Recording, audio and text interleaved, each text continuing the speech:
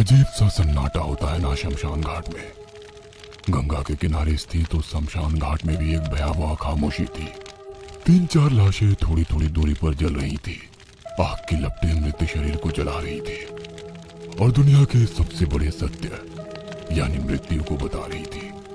जब तक हम जीवित रहते हैं तो जरा सा कहीं आग की लपटें छू जाए तो जान निकल जाती है, लेकिन मृत्यु के बाद तो पूरा का पूरा शरीर धीरे धीरे कर जलता रहता है और हम चुपचाप चिता पर लेटे रहते हैं।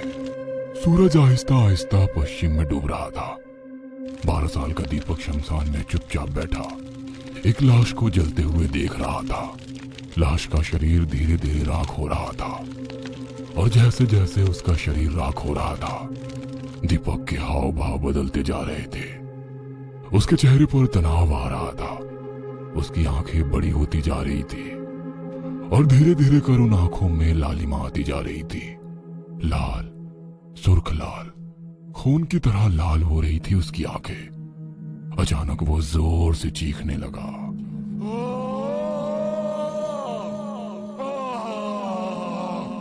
जलती लाश के पास गमों के सागर में डूबे उस मृत व्यक्ति के परिजन दीपक को इस तरह चिल्लाते देखकर डर गए। अरे ये कौन है? कहाँ हुआ रे उसको? हमको नहीं पता दादा, पता नहीं कौन है। बाप रे, ये कैसे चीख रहा है? ऐसा लगता है कि कोनो भूत घुस गया है इसका देह में। दीपक जो अभी तक केवल चीख रहा था, जमीन पर बैठे बैठे उसने अपने पैरों के नाखूनों को सामने के पत्थर पर रगड़ना शुरू कर दिया। वो रगड़ इतनी तेज थी कि उसके नाखूनों से खून निकलने लगा, लेकिन उसे शायद दर्द का एहसास नहीं था, तभी तो वो नाखूनों को लगातार रगड़े जा रहा था।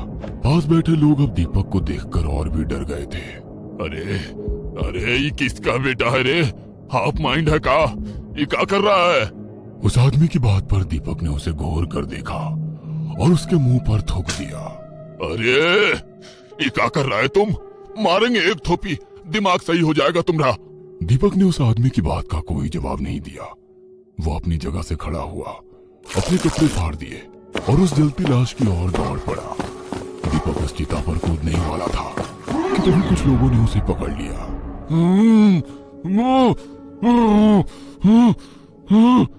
दीपक कुछ बोल तो नहीं रहा था, लेकिन गुस्से से वो सबकी ओर देख रहा था और मुंह से डरावनी आवाज निकाल रहा था। अचानक पता नहीं कहां से उस 12 साल के दीपक में इतनी ताकत आई कि वो उन सभी लोगों को जोर से धक्का दे दिया। वो फिर से चिता में कूदने ही जा रहा था कि राधेश्याम नाम का आदमी गगन काका के साथ वहां पहुंचा।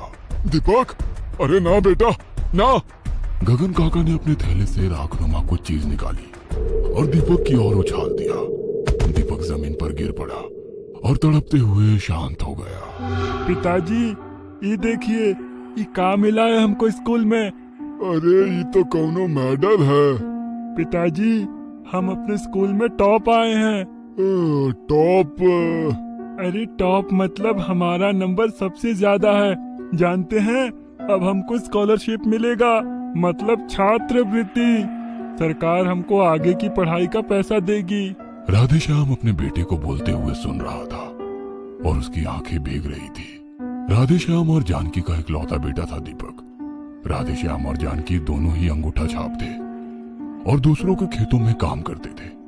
तमाम दिक्कतों के बावजूद वो अपने बेटे को खूब पढ़ाते, क्योंकि उन्हें पता था कि पढ़कर ही उसके बेटे की किस्मत बदल सकती है। दीपक हर शाम स्कूल की बातें अपनी माँ और पापा को जरूर बताता। सूरज ढल गया था। जानकी ने लालटेन जला दी थी। दीपक उसकी रोशनी में पड़ रहा था। उसके बगल में ही राधेश्याम हाथ वाला पंखा जल रहा था।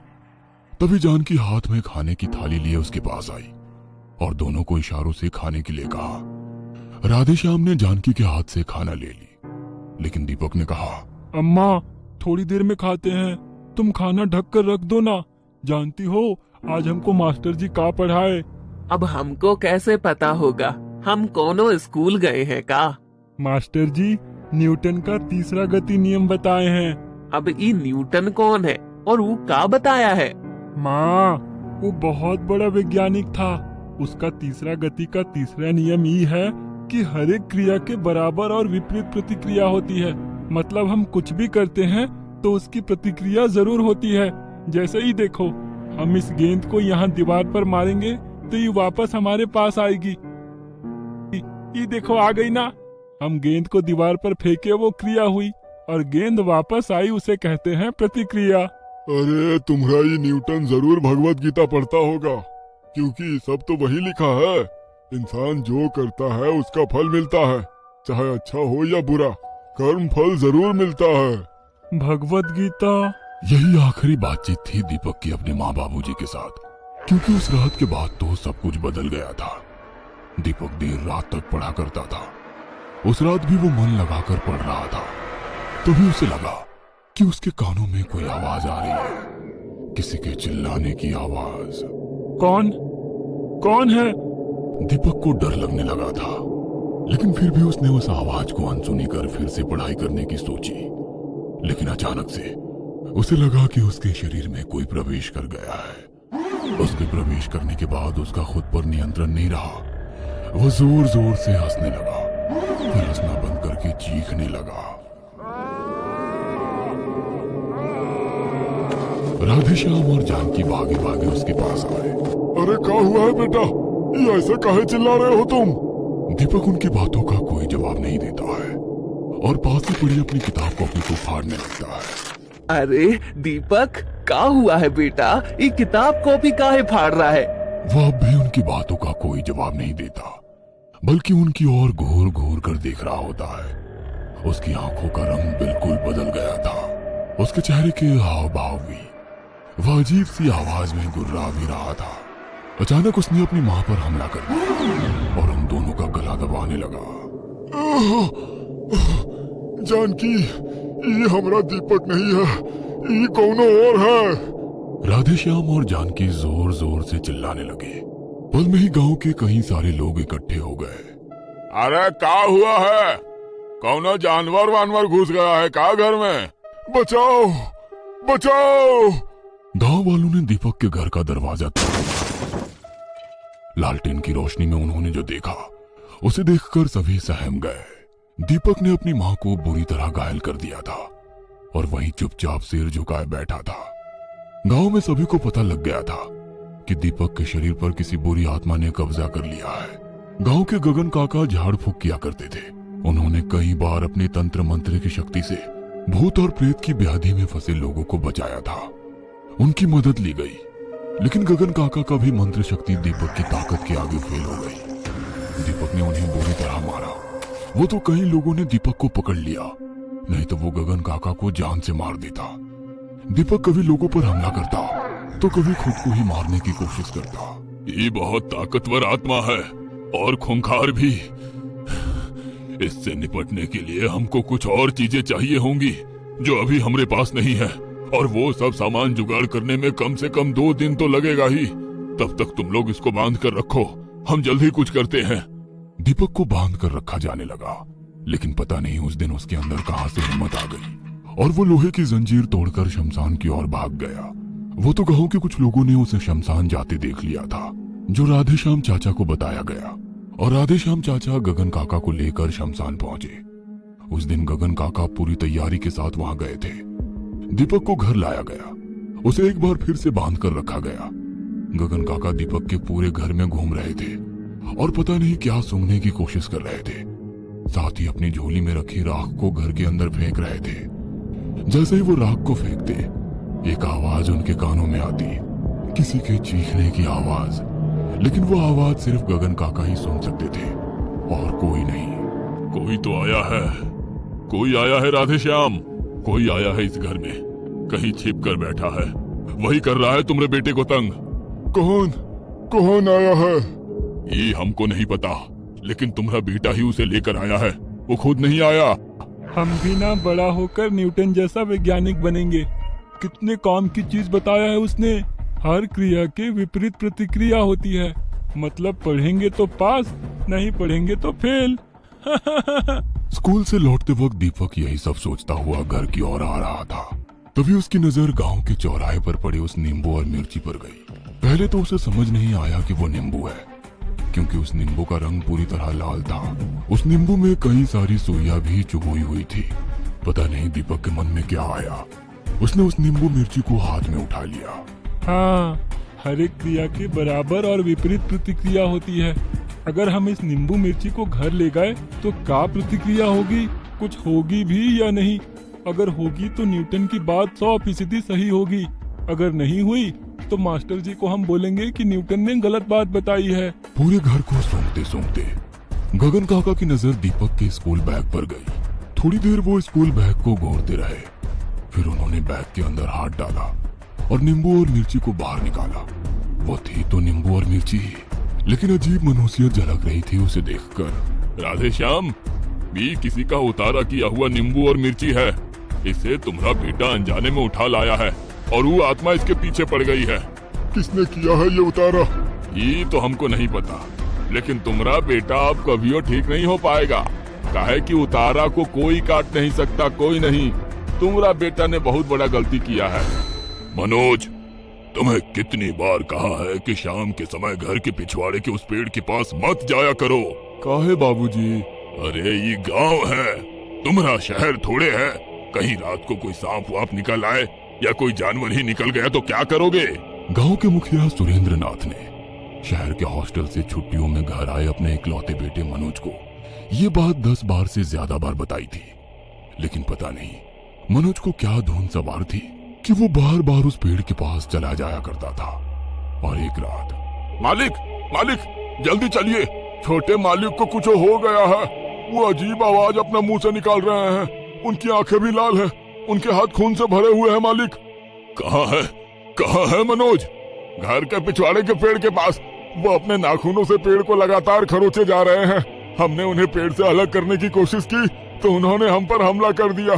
दीना के सीने पर तो उन्होंने अपने दांतों से काट लिया और उसके सीने के मांस को अपने जबड़े में ले लिया है और वो उसे लगातार चबाया जा रहा है। मालिक, लगता है कोई बुरी आत्मा ने उन पर अपना कब्जा कर लिया है। सुरेंद्र नाथ भागा भागा घर के पिछवाड़े पहुंचा। अपने बेटे की हालत देखकर वो दहल गया। कुछ साल पहले का मंजर उसकी आंखों के आगे घूमने लगा। तुमको जितना बोल रहे हैं उतना करो, नहीं तो यही मारकर गाड़ देंगे तुमको। मालिक, 1 बीघा जमीन है हमरे पास, बड़ी मुश्किल से अपना और 3 बेटी का गुजारा करते हैं उससे। आप कह रहे हैं कि वो जमीन आपके नाम लिख दे? तुमको बोल रहे हैं ना वो हमरा जमीन है, तुमरा नहीं। चलो अंगूठा लगाओ ये कागज पर। नहीं मालिक, हम ही नहीं करेंगे। जमीन हमारी माँ है, हमरा माँ को मत छीनिए हमसे। तुम ऐसे नहीं मानेगा। कोई बात नहीं, हमरे पास सब समस्या का हल है। सुरेंद्र नाथ ने उस गरीब रास बिहारी की हत्या कर दी। उसके मृत शरीर के अंगूठे से जमीन के कागज पर निशान लगवाया और घर के पीछे वाले हिस्से में उसे गाड़ दिया और अगली सुबह उस पर एक कांटेदार पौधा लगा दिया। सुरेंद्र नाथ ने रास बिहारी को मार तो दिया, लेकिन उसकी आत्मा उसके घर के पीछे हमेशा मंडराती रहती। रास बिहारी की आत्मा ने अब सुरेंद्र नाथ को परेशान करना शुरू कर दिया था। वो कभी उसके किचन में आग लगा देता तो कभी उसकी छाती पर सवार होकर उसका गला दबाने की कोशिश करता। एक बार तो उसने उसके अनाज के गोदाम में आग लगा दी। रास बिहारी की आत्मा का खौफ सुरेंद्र पर इतना पड़ गया था कि उसने एक तांत्रिक की मदद ली। वो भटक रहा है, वो अपना बदला चाहता है, लेकिन आप चिंता मत करिए, मैं उसे बांध दूंगा, मैं उसकी आत्मा को बांध दूंगा। आप लोहे की एक कील ले आ दीजिए, ध्यान रहे उस कील पर पूरी तरह जंग लगा हो। सुरेंद्र नाथ ने लोहे की जंग लगी कील का जुगाड़ कर दिया। तांत्रिक ने उस आत्मा को उस कील से बांध दिया और उस कील को जमीन में गाड़ दिया।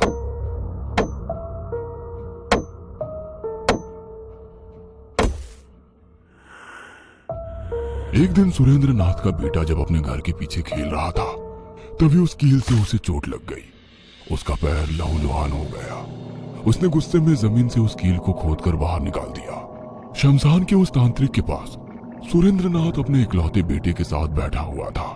मनोज को जमीन पर आटे से बने एक गोल घेरे में बिठाकर रखा गया था। तांत्रिक के आगे आग जल रही थी और वो मंत्र जाप करते हुए हवन कर रहा था। जैसे ही वो मंत्र पढ़कर आग में आहुति डालता, मनोज अजीब अजीब सी आवाज निकालने लगता। कुछ देर बाद वो किसी पर कटे पंछी की तरह छटपटाने लगा और जमीन पर लौटने लगा। सुरेंद्र, ये आत्मा तुम्हारे बेटे को मारने पर उतारू है। हमरे बेटे को बचा लो, हमरा एक को बच्चा है, इसके बिना हम कैसे जिएंगे। इसको बचा लो, इसको बचा लो। सुरेंद्र, तुमको जो जो चीज लाने बोले थे वो लाए हो ना? सुरेंद्र ने हाँ में अपना सिर हिलाया। तांत्रिक ने उसे नींबू, मिर्ची, लाल रंग और सुइया निकालने को कहा। इन सुइयों को इस नींबू पर चुभो दो और लाल रंग से इस नींबू को पूरी तरह रंग दो। तांत्रिक ने जैसा कहा सुरेंद्र ने कर दिया। तांत्रिक आंखें बंद कर कोई मंत्र पढ़ने लगा। उसके बाद उसने उन नींबुओं को हाथ में लिया और मनोज के सिर के चारों ओर घुमाने लगा। उसने 108 बार इस प्रक्रिया को दोहराया। 108वीं बार में मनोज का शरीर बिल्कुल शांत हो गया। सुरेंद्रनाथ, तुम इसी समय इस नींबू को लेकर किसी चौराहे पर फेंक आओ, लेकिन याद रखना ये करते हुए तुम्हें कोई देखे नहीं, और इसे चौराहे पर ही फेंकना और कहीं नहीं। जैसे ही तुम इसे फेंकोगे तुम्हारा बेटा उस आत्मा से मुक्त हो जाएगा, लेकिन ये आत्मा इस नींबू मिर्ची में ही रहेगी। जिसके भी पैर इस पर पड़े या इसे किसी ने उठा लिया तो वो उसे नहीं छोड़ेगी। सुरेंद्रनाथ का बेटा मनोज अब बिल्कुल ठीक था। वह शहर जाने की तैयारी कर रहा था। उधर दीपक की हालत बहुत ही खराब थी। वह पूरी तरह पागल हो गया था। उसे अब भी बांध कर रखा जाता, लेकिन एक दिन फिर से उसने जंजीरों को तोड़ा और सड़क पर भागने लगा।